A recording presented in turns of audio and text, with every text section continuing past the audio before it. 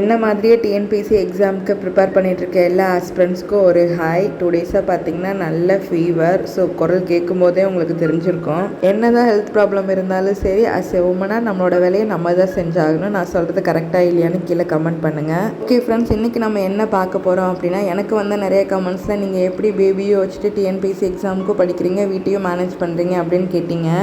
நான் பார்த்தீங்கன்னா மார்னிங் எந்திரிக்கிறது 6 or 6:30க்கு தான் எந்திரிப்பேன். நைட்டு என் பையன் நல்லா தூங்கினா அப்படின்னா என்னால் நேரமே எந்திரிக்க முடியும். என் பையன் எந்திரிக்க எப்படி ஒரு 8:30 ஆயிரும். ஸோ அதுக்கு முன்னாடி என்னோடய கிச்சன் ஒர்க் எல்லாமே முடிச்சிடணும்னு நான் நினைப்பேன்.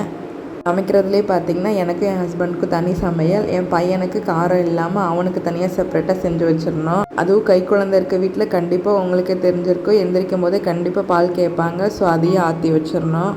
ஒரு 9-9:30 போல் என்னோடய கிச்சன் ஒர்க்கெலாம் முடிச்சுட்டு கிச்சனெல்லாம் க்ளீன் பண்ணி வச்சுட்டு அதுக்கப்புறம் தான் நான் கொஞ்சம் நேரம் படிக்க உட்காருவேன். அவன் எழுந்து இப்போ தான் கொஞ்சம் ஃப்ரெஷ்ஷாக இருப்பான். ஸோ அவனுக்கு பிடிச்ச டாய்ஸ் எல்லாம் எடுத்து போட்டோம் அப்படின்னா கொஞ்சம் நேரம் நல்லா விளையாண்டுட்டு இருப்பான். குழந்தைங்க இருக்க வீட்டில் கண்டிப்பாக இந்த டைமுக்கு நம்ம படிக்கணும், இந்த டைமுக்கு நம்ம தூங்கணும், இந்த டைமில் இது கம்ப்ளீட் பண்ணணும் அப்படின்னு சொல்லிட்டு நம்மளால் ஷெட்யூல்டு போட்டு படிக்கவே முடியாது.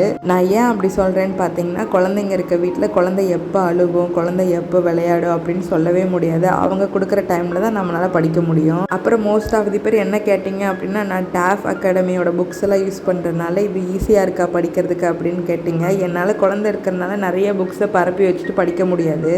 ஸோ எனக்கு பார்த்திங்கன்னா கம்ஃபர்டபுளாக ஒரு புக்கு கையில் எடுத்து வச்சுட்டு படிக்கிறது கொஞ்சம் ஈஸியாக இருக்கும். டாஃப் புக்கில் மோஸ்ட்லி எல்லாமே கவர் பண்ணியிருப்பாங்க, படிக்கிறதுக்கு கொஞ்சம் ஈஸியாக இருக்கனால ஸோ அவங்களோட அகாடமி புக்கை நான் யூஸ் பண்ணிகிட்ருக்கேன்.